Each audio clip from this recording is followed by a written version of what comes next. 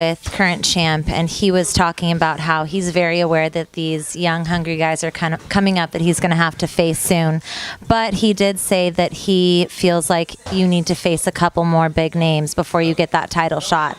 How do you feel about that, and how close do you think that you are to a title shot? Definitely. For me, with that being said, all due respect to the champ, but he's got something I want, and for me, that sounds like fear, That sounds like fear. If somebody's coming for me, we're going to do it right now. So, yeah, he feels I need to fight a couple tougher opponents. All right, we'll see. I'll fight anyone, I don't turn down fights. So we can show up and fight anywhere, anytime. It doesn't really matter for me.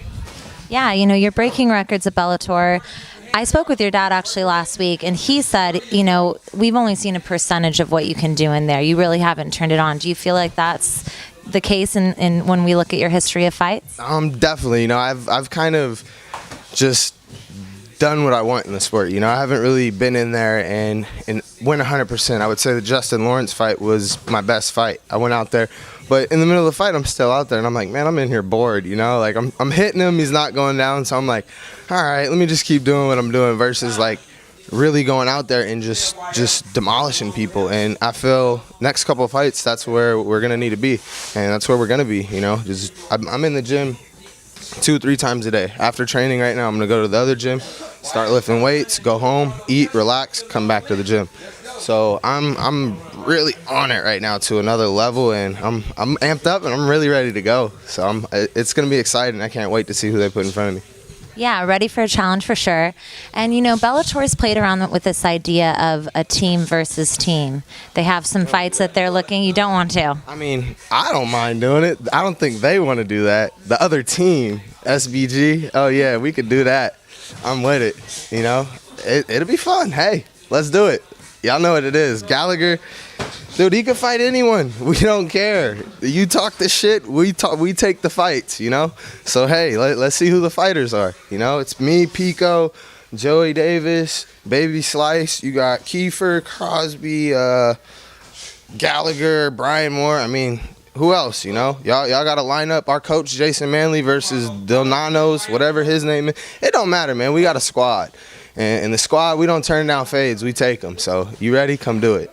I was going to say, because another team that was thrown out there were the Pitbull brothers, but of course there's that storyline. If you're going to play Matchmaker, you just named, your team versus their team. Can you play Matchmaker a little bit of who you would put against each other?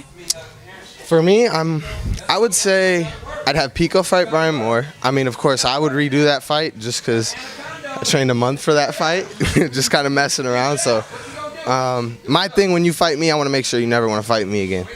And I feel like that was nowhere near a fight that he would ever want to fight me again, So Pico can fight Brian Moore. I feel like it's a good fight for Pico. Gallagher, honestly, it doesn't matter who fights who. Kiefer, I feel like Joey could fight Kiefer because they had a little issue with my fight or whatever. He grabbed my cousin. I'm surprised my cousin didn't knock his ass out, honestly. But I'm kind of glad he didn't because we were in another country, so that would have been, But, yeah, it doesn't matter, man. They got the lineup, we got the lineup. Anybody can fight anybody. It's all who's comfortable with who, and we're comfortable with anybody in this gym. I want to talk to you guys. I meant to mention this to Aaron, but you're considered millennial fighters, right? New age, young, hungry guys coming in, doing well, obviously. So I just want to talk to you a little bit about being in this millennial fighter and just where we're at right now with social media coming into play. How do you feel about, do you feel like there's positives and negatives to the fact that a fight of yours could go viral, or that you have, this platform to be in touch with your audience? How do you feel as a millennial fighter and social media coming into play? For me and the social media, I feel it's a great thing, It's a great thing because it can either make you or it can break you, With this being such a hands-on and entertaining sport, we are in the entertainment industry, so it is a great thing for us to be able to showcase our skills. I'm not a social media person. I don't like to get on it. I'm just like, So I just got someone to run my social media for me, but he always notifies me before he'll do something. How's this look? Boom. And then he'll send it, So I'll just be like, cool. And then he'll throw it up. So I feel that being a big part of your career, it's a job, but also having that platform and being able to inspire people and help people. And it's a big platform, There's so much you can do and so many different aspects that you can take to help others, So for me, I'm just looking to do the man's work upstairs and help others and just get to where I need to be to have that platform to help everyone, you know, and kind of be a motivational person for others, especially kids, you know. I'll go teach little kids jiu-jitsu, you know, do one-on-one. Like, people that are professional fighters are charged $150, $200 an hour for personal lessons. I'm out here just handing out lessons to little kids, you know, just because, like, hey, see the little kids working hard, I'm going to go help them, you know. Like, and I feel that's just the difference, you know, and that's what builds, and that's something people like, you know. As people start seeing you do that, they'll start to get behind it, and they support you, and that's just being a good person, you know. What goes around comes around, so. Good karma. Out there, yeah. And you have a little brother that you want to inspire, I'm sure. Oh, I don't want him fighting, though. Man, I don't want him fighting, but he's already doing it. He walks around the house fighting everybody already. I'm like, man, you're not even one. So it's awesome, man. He's awesome. I got my other little brother with me.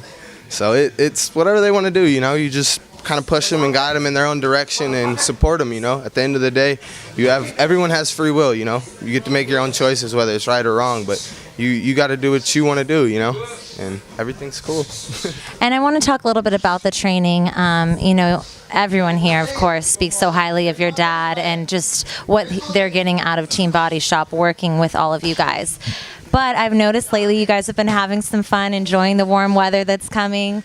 I think I saw that you guys have been playing football, that you've been making trips to the beach and, you know, hitting mitts, I think, out in the ocean. So can you talk to us a little bit about, I guess, these new innovative, or I guess just different techniques that your dad's using to have you guys train? They're crazy. He's nuts. That dude's a madman, man. I swear. Him and just the MMA game, he's not like any other coach. He's so far ahead, and he knows what he's doing. The certain things he's doing with tendons, and just he knows what he's doing, you know. And he tries to make it fun for us, which doesn't work because it's really making it harder, you know. Fighting in water, and you're trying to move your hips, hands up, sprint, and just all kinds of stuff, man. He's on a whole nother level, and it shows, you know. If you go through our gym record and you look at our gym record, it's astonishable since way back in the day. Body Shop's always been the #1 gym. It's just always been underrated. No one's talked about it. Dude, since I was a little kid, I've seen Tito Ortiz, Randy Couture, Chuck Liddell, Rampage. I guarantee you any fighter, Chuck Congo, Bob Sapp, any fighter you could possibly think of, they've been in this gym. They know where to come when they need hard work. So, and I feel now just having young guys that are hungry and they've been doing this their whole life, it's starting to show, you know. We're not playing, we're coming on the game, and we're taking it over. We call it the Bellator takeover. We're taking Bellator over. And then I want to talk about it too, because your dad has mentioned that there's interest in him coming back. So are we getting this comeback? He says it's happening. I want to know your feelings on it. You know, obviously he's your coach, but he's your father too. Does it excite you? Does it kind of worry you? Does it bring back these feelings of when you were a kid and he used to fight? How do you feel about your dad coming back and being on the same card as him? Because I know that's the plan. For me, it's exciting. It's really exciting because I've seen and watched my father's career and where it's been and where it should be. And I don't feel he's ever got the recognition. So that's something that's motivated me in my career. On top of it, he still trains with us every day. My dad's in here kicking our ass, you know. He's not a normal 48-year-old, dude. He's in here getting with us. So I know he's capable of doing it. I'm nervous. I mean, it's my father fighting, you know. I'm going to be nervous regardless. I get more nervous for my teammates fighting than I get nervous for myself. So hey, let's do it.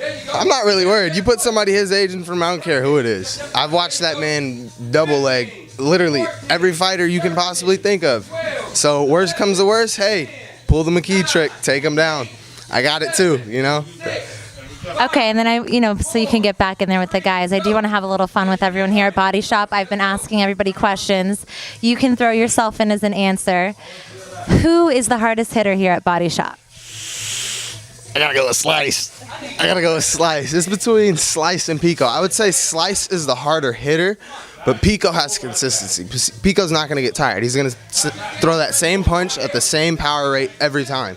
Versus Slice, he hits your ass in the first round, you're not going to be standing.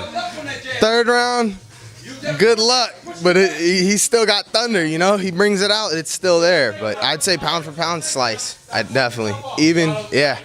My dad said I would quote my dad, he said he hits kind of like on the level of Rampage. If you go power for power, he's up there with him, so we'll see. Slice hits hard. I don't like getting hit by him. I'm always moving, you know, trying to serve. Who is the biggest clown here at Body Shop? I don't know. We got a lot of clowns. We're big shit talkers.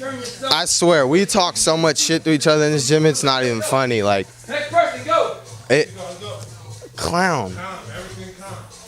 Anthony was the clown. Anthony hasn't been around in a minute, but I'd say Anthony Taylor. Then Q, my best friend Q. He's a clown. Yeah. Okay. Who has the best dance moves? Best dance moves. You the clown, we the dancers. You know that. All right, I may be the clown. Best dancer. Shit, I don't think anybody could dance. Really, I haven't really seen anybody. Pico got some moves. Pico got some dance moves. I'll give Pico that. He's got some moves in him. Okay, and then who's close to a title shot? Me.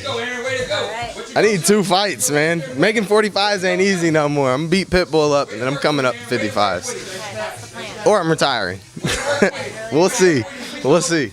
All right, and then, you guys were talking about this. You have some of your teammates fighting today, fighting next weekend for Bellator 201.